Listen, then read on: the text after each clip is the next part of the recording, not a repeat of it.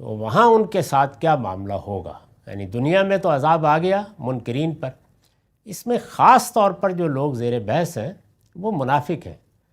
وہ کیوں زیر بحث ہیں؟ اس لیے کہ وہ بظاہر تو ایمان لا چکے تھے. تو یہ بتایا جا رہا ہے کہ اللہ کے ہاں تمہاری حیثیت یعنی منافقوں کی حیثیت وہی ہے جو میرے منکروں کی حیثیت ہے. کوئی فرق نہیں ہوگا تمہارے اور منکروں کے انجام میں. تو یہاں پر وہی زیر بحث ہیں. تو آپ نے یہ دیکھا کہ اس میں ایک یہ بات کہی گئی کہ رسول اللہ صلی اللہ علیہ وسلم، ظاہر ہے کہ پیغمبر موجود ہیں اس وقت دنیا میں، وہ لوگ دیکھ رہے ہیں ان کو، ان کی باتیں سن رہے ہیں. تو فرمایا کہ یہ لوگ جو دنیا سے رخصت ہو رہے ہیں، ظاہر ہے آپ کے صحابہ بھی دنیا سے رخصت ہوتے تھے، تو ان کو بھی سب سے پہلے جس وقت یہ اس دنیا سے اس دنیا میں انتقال کے مراحل سے گزر رہے ہوتے ہیں، اس وقت فرشتے میرے ہی بارے میں پوچھتے ہیں. اور یہ بالکل درست ہے، اس لیے کہ جب اللہ کا پیغمبر زمین پر موجود ہو تو پھر پہلا اور آخری سوال پیغمبر ہی. اس کے بعد تو کوئی اور چیز پوچھنے کی ضرورت ہی نہیں ہے، کیونکہ وہ ایک فیصلہ کن ہستی ہوتی ہے اس وقت زمین پر. تو فرمایا کہ ان سے بھی یہی پوچھا جائے گا، اور میرا اقرار کرنے والوں کے لیے اور مجھے ماننے والوں کے لیے اللہ تعالیٰ کی رحمت ہوگی اور فرشتے ان کو مبارک دیں گے. لیکن یہ منافقوں ہی کا ذکر کیا ہے. ان سے جب پوچھا جائے گا تو یہ بات بنانے کی کوشش کریں گے، اسی طرح جیسے دنیا میں بات بنانے کی کوشش کرتے رہے کہ کچھ نہیں، بس ہمیں تو کچھ معلوم نہیں ہے. لا ادری کنت اقول ما یقول الناس، جو میرے گرد و پیش میں لوگ بات کیا کرتے تھے میں بھی ویسے ہی کہہ دیتا تھا. تو فرمایا کہ ان کا، قرآن نے بھی یہ بیان کیا نا کہ یہ جو منافقین ہیں، جو رسول اللہ کے زمانے میں پیغمبر کے ساتھ رہتے ہوئے منافقت میں مبتلا ہوئے، یہ فی الدرک الاسفل من النار، یعنی جو آخری درجہ ہے جہنم کا، ان کے لیے وہ سزا ہے. یعنی منکروں کے لیے بھی کوئی رعایت ہو سکتی ہے، لیکن ان کے ساتھ قرآن نے بھی نفی کر دی ہے. تو یہاں پر بھی یہ بتایا ہے کہ بس یہ سمجھ لو کہ ان کا استقبال تو ایسے ہی ہوتا ہے. اس کی اگر چاہیں آپ تو قرآن مجید میں بھی بہت سی مثالیں ہیں جس میں بتایا گیا ہے کہ جب ان منکروں کو فرشتے موت دیتے ہیں تو ان کو مارتے ہوئے موت دیتے ہیں. اسی مارنے کی ایک تصویر یہاں بھی ہمارے سامنے. ان میں کوئی چیز قرآن سے زائد نہیں ہے، بس یہ سمجھ لینا چاہیے کہ یہ معاملہ کن کے ساتھ ہوتا ہے. وہ جن کے اندر پیغمبر کی بعثت ہوتی ہے، جن پر آخری درجے میں اللہ کی حجت پوری ہو جاتی ہے، وہ اس کو مان لیتے ہیں تو اس بشارت کے ساتھ ان کا استقبال ہوتا ہے. اور اگر اس کے ساتھ منافقت کا رویہ اختیار کرتے ہیں تو اس انجام کو پہنچتے ہیں. یہ بتانا مقصود ہے. یہی آپ دیکھتے چلے جائیں گے کہ یہی دونوں انتہائیں ہیں جو آخر تک زیر بحث رہیں گی. آگے بہت سی دوسری تفصیلات بھی آئیں گی، اور وہ تفصیلات بڑی حد تک اس تصویر کو مکمل کر دیتی ہیں کہ مرنے کے بعد ہمارے ساتھ کیا معاملہ ہوتا ہے. لیکن اس میں یہ دونوں انتہائی زیر بحث ہیں.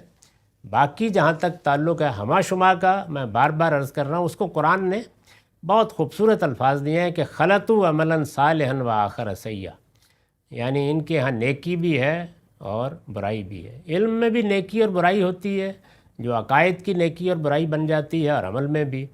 تو ان کا معاملہ یہ ہے کہ وہ سلا دیے جاتے ہیں، قیامت میں اٹھیں گے، حساب کتاب ہوگا، پھر اس کے لحاظ سے معاملات ہوں گے. وآخر دعوانا الحمدللہ. بسم اللہ الرحمن الرحیم. ہم نے پچھلی نشست میں بخاری کی ایک روایت کا مطالعہ کیا تھا جس کا رقم 1374 ہے. اس میں چند چیزوں کی طرف توجہ دلانا پیش نظر ہے. ایک تو اس میں آپ نے یہ دیکھا ہوگا کہ رسول اللہ صلی اللہ علیہ وسلم نے یہ بیان کیا کہ جس وقت تدفین ہو گئی اور لوگ اپنے مردے کو وہاں چھوڑ کر واپس ہو رہے تھے تو وَإِنَّهُ لَيَسْمَعُ قَرَعَ نِعَالِهِمْ، تو اس موقع پر وہ ان کے قدموں کی چاپ بھی سن رہا تھا. یعنی یہ وہ وقت آ جاتا ہے کہ جس میں جہاں آپ نے دفنا دیا وہ تو دفنا دیا، بس فوراً ہی بعد انتقال کا عمل شروع ہو جاتا ہے. کہ یہ کیسے ہوگا، اس کی تفصیل ہے. یعنی یہ پھر کیا ہوتا ہے، یعنی جب فرشتوں نے اس کی جان نکال لی تو پھر پہلے کیا پیش آتا ہے، پھر اس کے بعد یہ اگلی روایتوں میں آئے گا کہ آپ سمجھیں کہ تدفین تک جو مراحل ہیں ان میں کیا ہوتا ہے اللہ تعالیٰ کے ہاں۔ اس کو بالکل اسی طرح خیال کیجئے جیسے آپ یہاں ایک ملک سے دوسرے ملک میں جاتے ہیں تو ہر شخص کے لیے امیگریشن کے مراحل یکساں تو نہیں ہوتے، تو اسی طریقے کا مرحلہ اس دنیا میں داخل ہوتے وقت پیش آتا ہے، اس کی آگے کچھ تفصیل آئے گی۔ یہ سب چیزیں ان روایتوں ہی پر مبنی نہیں ہیں، بلکہ قرآن مجید میں بھی یہ سب موجود ہے، یعنی فرشتے موت دیتے ہیں، کس طرح آتے ہیں، اس موقع کے اوپر اچھے لوگوں کے ساتھ ان کا سلوک کیا ہوتا ہے، منکروں کے ساتھ کیا ہوتا ہے، وہ سب بیان ہوا ہے قرآن مجید میں بھی۔ تو دفن کر دینے کے بعد جب رخصت ہوتے ہیں تو ان کے پاؤں کی چاپ سنتے ہیں۔ اب جس جگہ پر رکھا گیا ہے، یعنی جو ان کی برزخی قبر وجود میں آ جاتی ہے اور اس کا ایک جسم کے ساتھ اتصال ہو جاتا ہے، تو اس پر میں نے لکھا ہے کہ جہاں جسم سے الگ ہو جانے کے بعد اس کے باطنی حواس وہ چیزیں بھی دیکھتے اور سنتے ہیں جو ہمارے ان ظاہری حواس کی گرفت میں نہیں آ سکتی۔ یعنی انسان کے حواس اس زمان و مکان کی دنیا میں اپنی کچھ محدودیتیں رکھتے ہیں، ہم ان محدودیتوں کو اب جدید آلات کے ذریعے سے بہت بڑھا لیتے ہیں، وہ آوازیں سننے لگ جاتے ہیں جو آوازیں عام حالات میں نہیں سنی جا سکتی، بلکہ وہ آوازیں جو فضا میں کوئی شخص بھی نہیں سن سکتا موجود ہیں، ان کو ہم نے اپنے آلات کی مدد سے اب سننا شروع کر دی ہے۔ یعنی اس وقت میں یہاں بات کر رہا ہوں، یہ آواز پوری دنیا میں بعض آلات کی مدد سے سنی جا سکتی ہے، حالانکہ اس کمرے میں بلند ہو رہی ہے، یہ اس سے پہلے تصور نہیں تھا۔ تو وہاں پر بھی یہ چیز انسان کے حواس میں پیدا ہو جاتی ہے۔ دوسرے میں بار بار توجہ دلا رہا ہوں کہ یہاں جو لوگ زیر بحث ہیں، اور قرآن میں بھی یہی معاملہ ہے، اس کی طرف بہت توجہ رکھنی چاہیے کہ قرآن مجید میں بھی دو ایکسٹریمز، دو انتہائیں ہیں جن پر گفتگو ہو رہی ہوتی ہے۔ یعنی وہ صالحین جنہوں نے نیکی اور خیر کو اپنانے کا حق ادا کر دیا، ان کو اللہ تعالیٰ مثال کے طور پر سامنے رکھ لیتے ہیں، اور وہ کہ جنہوں نے منکر ہونے میں آخری قدم اٹھا لیا، تو دونوں کو بیان کر دیا جاتا ہے۔ درمیان کے لوگوں کے معاملے میں زیادہ تر خاموشی ہے، اور جگہ جگہ بڑے لطیف اشارے ہیں ان کے بارے میں۔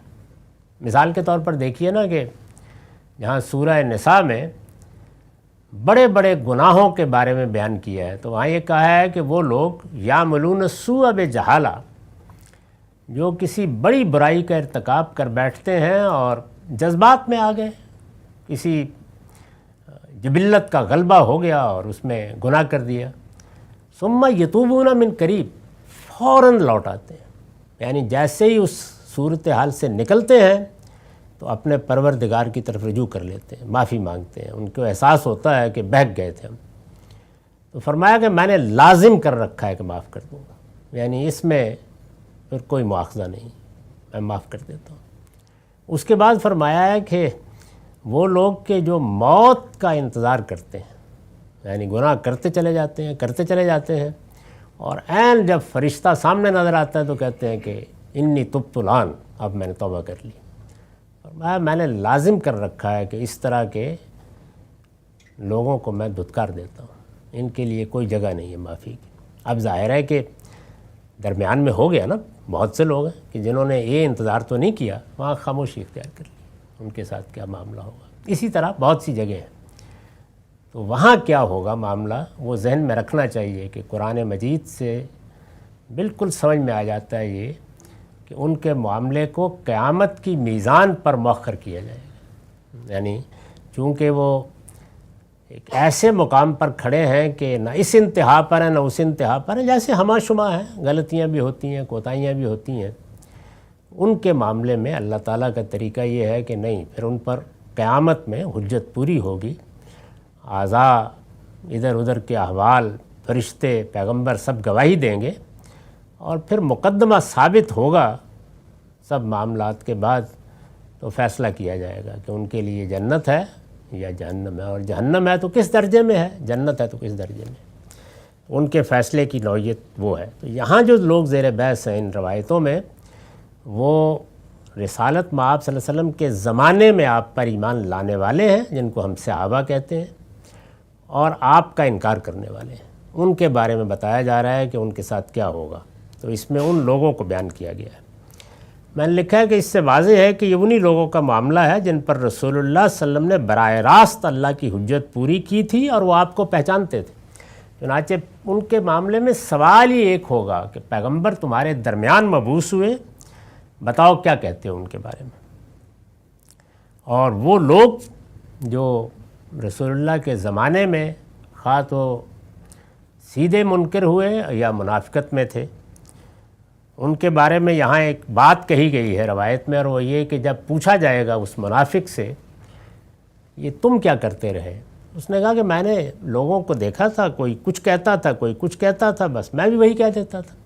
یہ کیا چیز ہے، کچھ کہتا تھا کچھ کہتا تھا؟ اس پر میں نے حاشیہ لکھا ہے کہ لوگوں سے مراد یہاں زمانہ رسالت میں نبی صلی اللہ علیہ وسلم کے منکرین ہیں، جن کے اقوال قرآن مجید میں جگہ جگہ نقل ہوئے ہیں۔ یعنی جب رسول اللہ اپنی دعوت پیش کر رہے تھے تو جن کو اللہ نے توفیق دی انہوں نے تو پیغمبر کو مانا۔ یہ کیا کہتے تھے؟ کبھی آپ کو شاعر، کبھی ساحر اور کبھی مجنون قرار دے کر آپ کی تکذیب کرتے۔ یہ وہ مختلف باتیں ہیں جو قرآن میں نقل ہوئی ہیں۔ تو کسی نے کچھ کہا، کسی نے کچھ کہا، تو اس نے کہا میں نے بھی ایسے ہی کہہ دیا تھا۔